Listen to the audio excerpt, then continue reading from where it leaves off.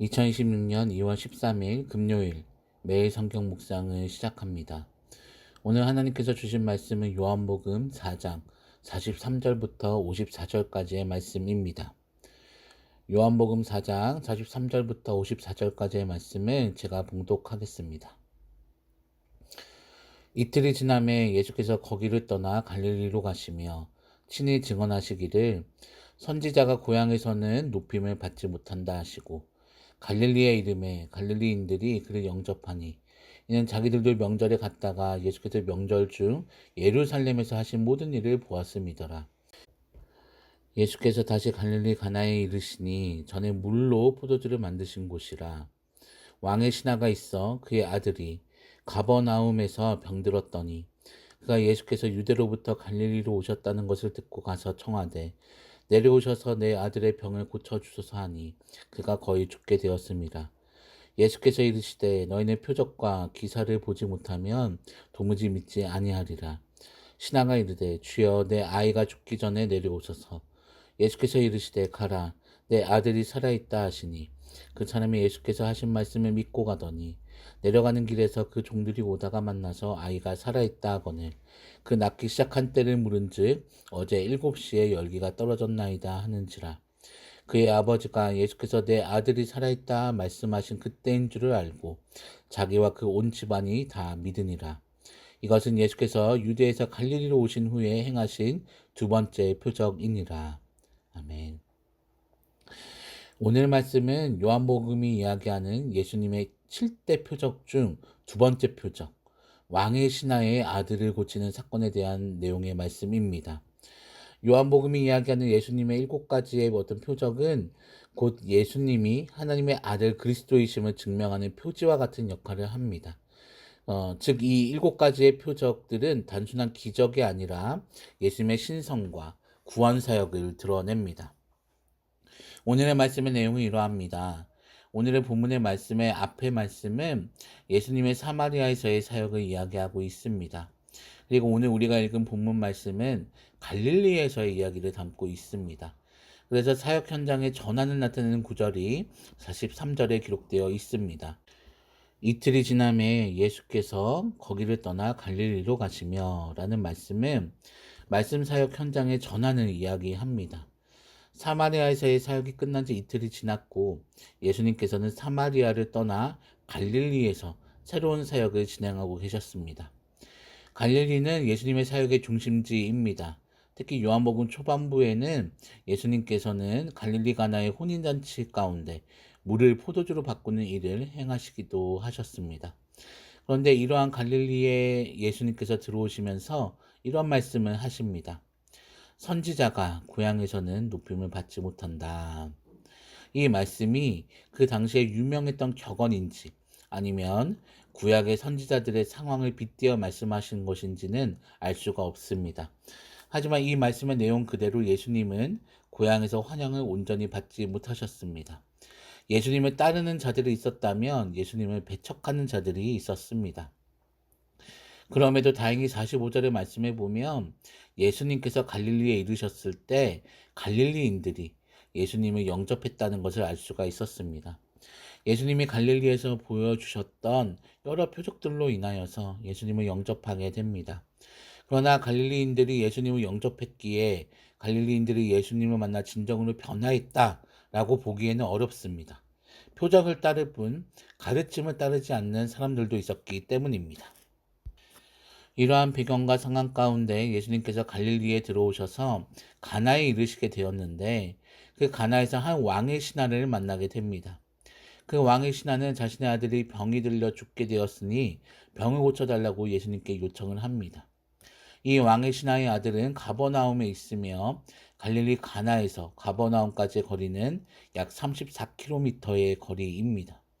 그리고 이 왕의 신하가 어떻게 예수님을 알고 찾아왔는지 그 정확한 이유를 알 수는 없지만 46절에 가나의 혼인잔치에서 물이 포도주로 바뀐 표적에 대한 부가 설명이 있는 것으로 보았을 때 가나의 혼인잔치에서 물을 포도주로 바꾸신 그 예수님을 목격했을 가능성이 큽니다. 이러한 요청을 들은 예수님께서는 이 기회를 삼아 그곳에 있는 유대인들에게 말씀을 전하셨습니다. 너희는 표적과 기사를 보지 못하면 도무지 믿지 아니하리라 라는 말씀이었습니다. 예수님께서 이 말씀을 하신 이유는 유대인들의 표적주의 신앙이었습니다. 표적주의 신앙이라 함은 자신 앞에 기적이나 놀랍고 신비한 일들이 보여야만 믿음으로 받아들이는 신앙을 이야기합니다. 굳이 기적과 신비한 일들이 없을지라도 하나님을 신뢰하고 믿음을 잘 지켜나가는 것이 올바른 신앙이라고 한다면 무언가 놀랍고 신비한 일들이 있어야만 그를 믿고 그것을 신앙의 척도로 삼는 것이 표적주의 신앙이었습니다. 예수님을 따르는 사람들은 예수님의 공생의 기간 동안에 끊임없이 예수님께 표적을 구했던 사람들이 정말 많았습니다. 그리고 표적주의의 신앙이 믿음으로 연결되지 않는 증거로 볼 수 있는 것이 예수님께서 십자가에서 돌아가시게 될 때 예수님께 호산나를 외치며 예수님을 따르던 많은 자들이 다시 예수님을 비난하는 모습을 볼 수가 있습니다. 그래서 예수님께서는 이렇게 표적만을 구하는 자들을 책망하셨습니다. 이러한 예수님의 책망의 이야기를 왕의 신하는 들었지만 이에 대해 믿음으로 반응할 수 있는 여유가 없었습니다. 자신의 아이는 계속 죽어가고 있어서 마음이 다급했기 때문입니다. 그래서 주여 내 아이가 죽기 전에 내려오소서라고 예수님께 간구합니다. 예수님이 속히 오셔서 자신의 아이를 만져주셔야만 살 수 있음을 이제 도저히 예수님 아니고서는 자신의 아이를 구원해 줄 사람이 없었기에 그는 간절했고 급박했습니다. 예수님은 이러한 왕의 신하의 마음에 응답하셨습니다. 가라, 내 아들이 살아있다 라고 말씀하셨습니다. 그리고 왕의 신하는 이 예수님의 말씀에 믿음으로 응답하였습니다. 예수님이 하신 말씀 믿고 가더니 라고 기록되어 있습니다. 그리고 이 믿음에 대한 응답이 51절부터 53절에 나와 있습니다. 그 왕의 신하가 내려가는 길에 종들을 만나게 되었고 종들로부터 아이가 살아있음을 듣게 됩니다. 그리고 그 낳기 시작한 때를 물으니 어제 7시라고 대답합니다. 이를 유대 시간으로 보면 대략 오후 1시경이 됩니다. 왕의 신하는 이 시간이 예수님께서 내 아들이 살아있다라고 말씀하셨던 시간대임을 알게 됩니다. 그리고 그로 인하여 온 집안이 예수님을 믿게 됩니다. 이 예수님의 놀라운 표적은 말 그대로 기적이 아닌 표적이 되었습니다. 왕의 신하와 그 가족들은 이 놀라운 기적을 단순히 기적으로만 받아들이지 않았고 이 기적을 허락하신 예수님을 바라보게 되었고 온 집안이 예수님을 믿는 놀라운 일들이 일어납니다. 이것이 오늘의 말씀의 내용입니다. 이 말씀을 통해 두 가지의 교훈을 함께 나누기를 원합니다. 첫 번째, 기적만을 의지하는 신앙은 올바른 신앙이 아닙니다. 그 당시에 많은 사람들이 예수님을 바라보는 것이 아니라 예수님의 기적을 바라보았습니다. 즉, 표적주의 신앙이 그 당시에 팽배해 있었습니다. 당시에는 지금과 같은 지식과 기술이 존재하지 않았기 때문에 종교가 삶의 큰 부분을 차지했기에 이러한 흐름을 가지게 되는 것이 어느 정도 이해될 수 있습니다. 그러나 예수님께서는 진정한 신앙의 본질은 표적에만 있지 않음을 말씀하셨습니다. 결국 신앙은 삼위일체 하나님과 나와의 관계에 있습니다. 그 관계 안에 주어진 하나님의 놀라운 사랑과 그 사랑에 반응하여 하나님께 영광을 올려드리고 또 깊은 하나님을 향한 신뢰와 믿음이 신앙의 본질입니다. 그런데 문제는 지금의 시대를 살아가는 우리에게도 여전히 표적주의 신앙과 같은 흐름을 발견할 수 있습니다. 특히 예배와 기도, 말씀 묵상에 대한 태도에서 그 부분을 발견할 수 있습니다.